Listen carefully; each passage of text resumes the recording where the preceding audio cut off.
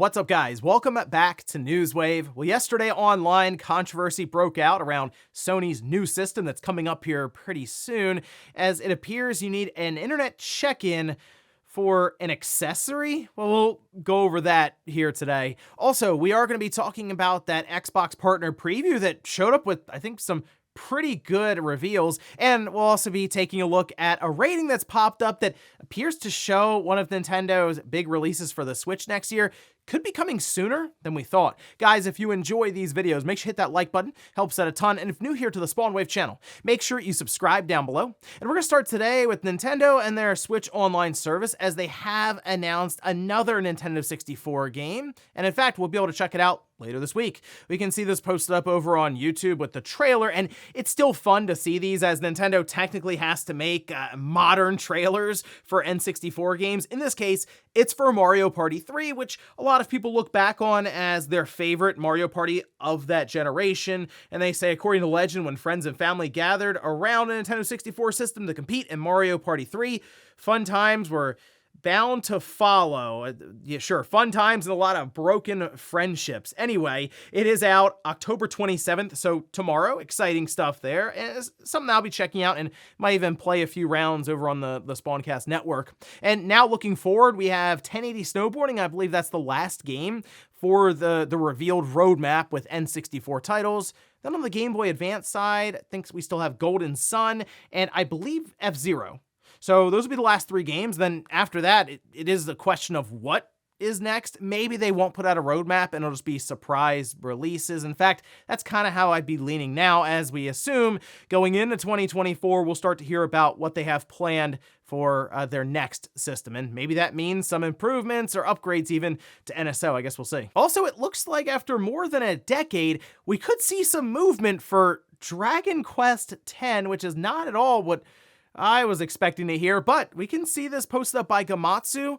They say Square Enix Asia just uploaded trailers for an Asian release of Dragon Quest X Offline in spring 2024, which could mean a Western English release is about to be announced. They do have the platforms listed as PS5, PS4, and Steam. However, as pointed out by Gamatsu, Nintendo could be handling the publishing of the Switch version outside of Japan, which they tend to do with Square Enix and the different Dragon Quest games.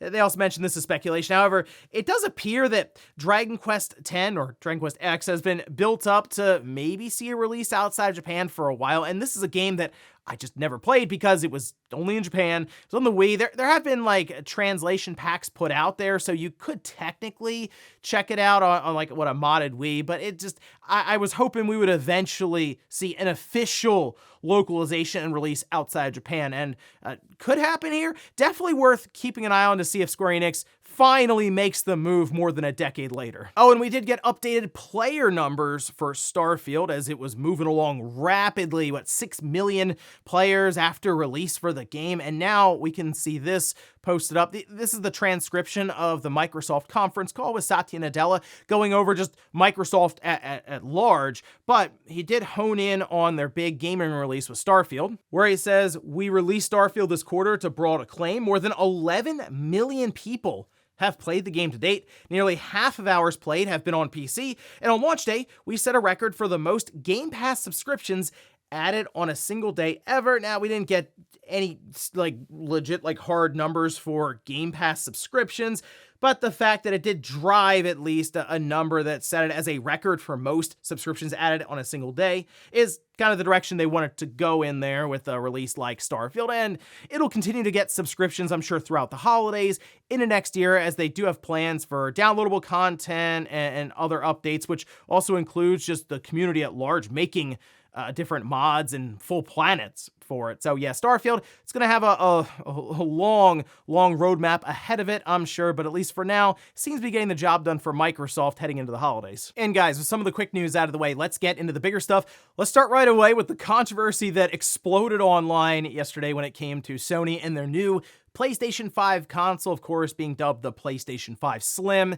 It's the system that has the detachable disk drive. Well, bundles for Call of Duty Modern Warfare 3 have been popping up online, just images of the box. And, well, one part of the box seemed to set the internet off because it appears to show the need for an internet check-in when you first install the disk drive. We can see this posted up. There were 4 different images from Charlie Intel, but the one that caught everyone's eye was on the side. We do have the model number CFI 2015, but then when they show the contents of what's in the box, we can see all the way at the bottom, it has internet connection required to pair disk drive and PS5 console upon setup. So that means that, say you have a digital PlayStation 5, one of the newer ones, and you want to drop a disk drive onto it, it's not as simple as just put the disk drive on, you're good to go. There will be some sort of check-in with Sony servers to validate that disk drive, I guess, is the official one that Sony is selling. And basically that means, yes,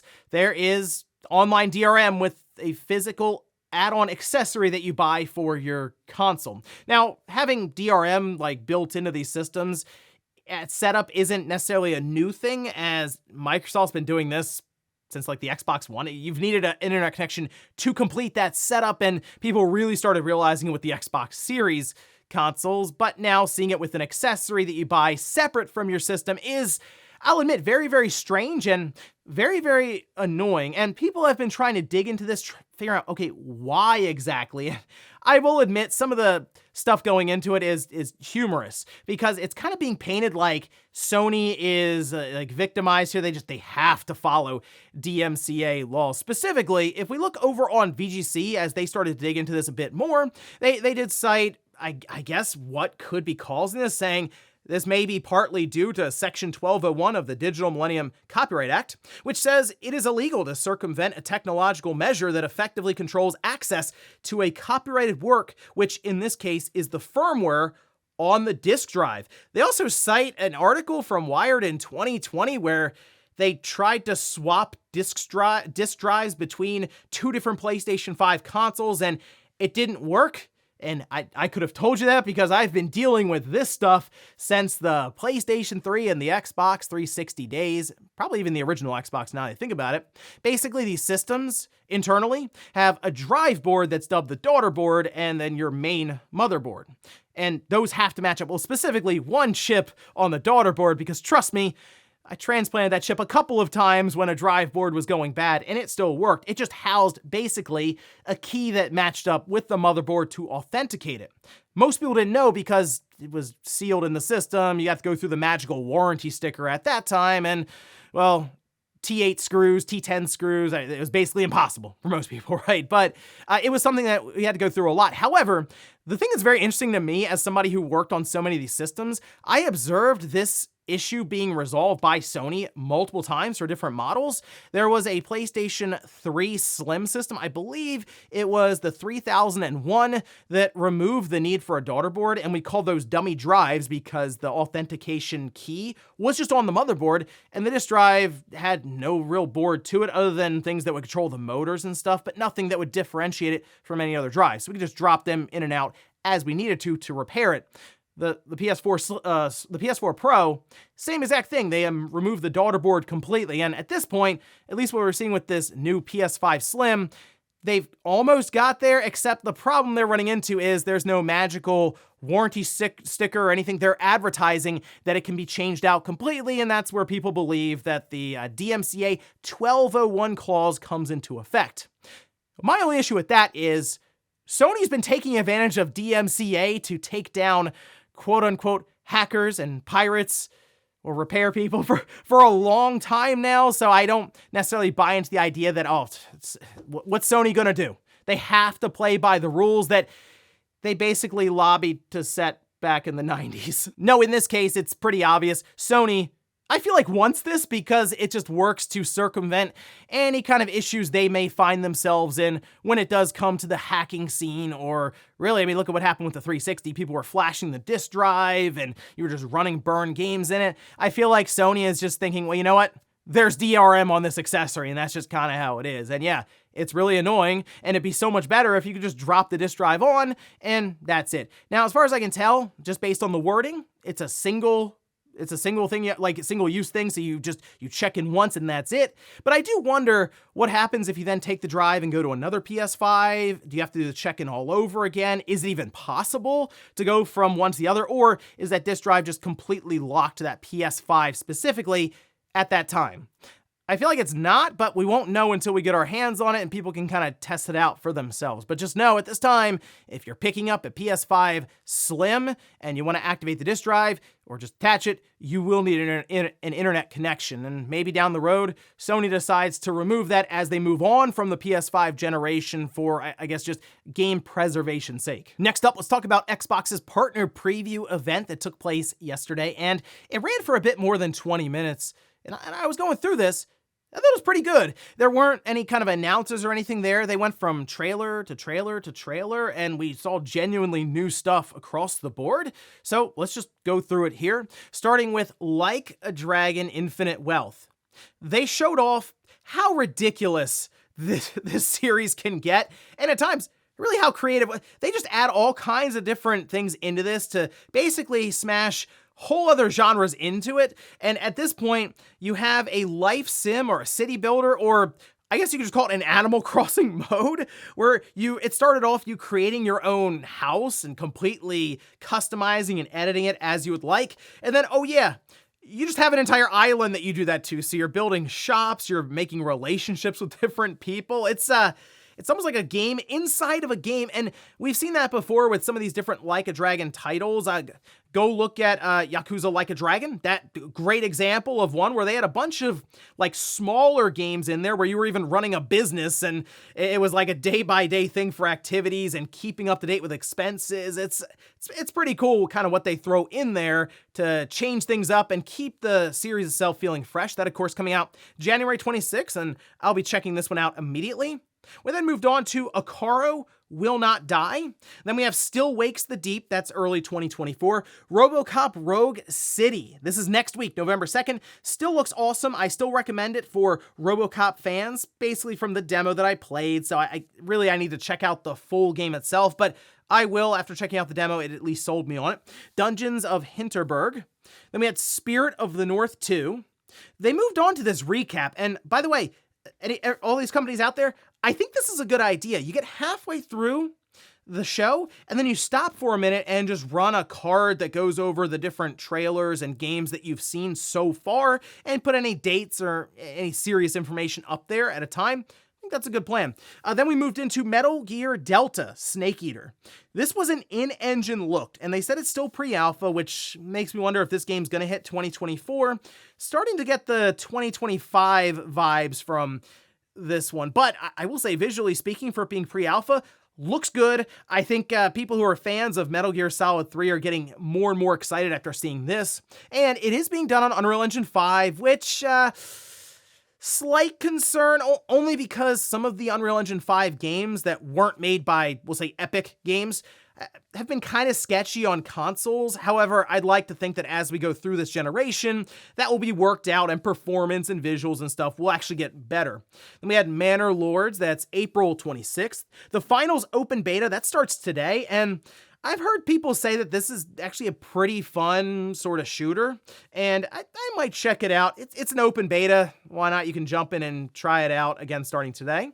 Then we had Ark Survival Ascended.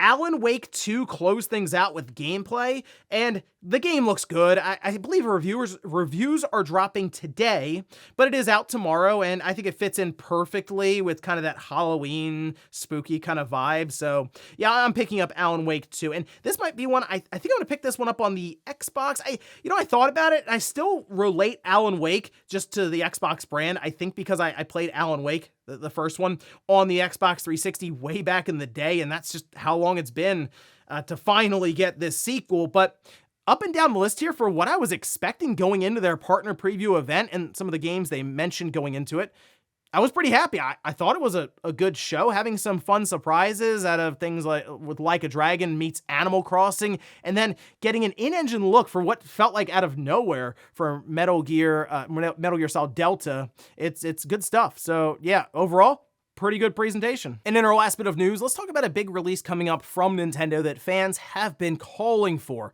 so long, finally get revealed to close out that Nintendo Direct. Not with an exact date for when it's coming out, but the year 2024. So fans, of course, very, very excited that it is an actual thing, and that's Paper Mario Thousand Year Door. Well, now a rating's been spotted, and I had many people send me this to kind of, I think, getting really excited that they could be seeing it pretty soon. Well, this is the headline that was run here by VGC, saying Paper Mario's remake has been rated, suggesting a release might not be far off, and they cite what looks like a rating in Brazil. And we see Andrew says the game currently has a release year of 2024 with no specific date attached to it. This could indicate the game is coming sooner than we expected. Now, we've seen ratings board stuff pop up before a game's even announced, and we know Nintendo likes to just sit on games for a while, but in this instance, I still think we'll probably see Paper Mario Thousand Year Door, I'm going to say over the summer of 2024.